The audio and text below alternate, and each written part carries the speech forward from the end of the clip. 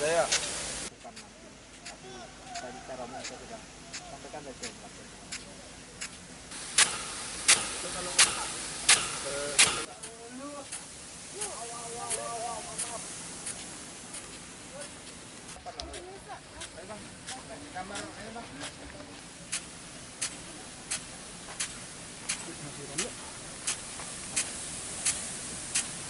Pemotongan.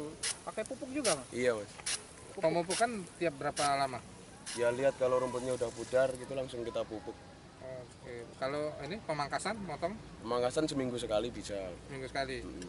Nah, ini kan dipakai juga untuk pertandingan SFC ya. Iya. Dipakai untuk pertandingan SFC itu nggak ini ya, nggak berpengaruh ya terhadap ini rusak apa enggaknya nanti. Ya yang Asian penting tim antara Korlap SFC dengan lapangan itu kompak. Games. Oke.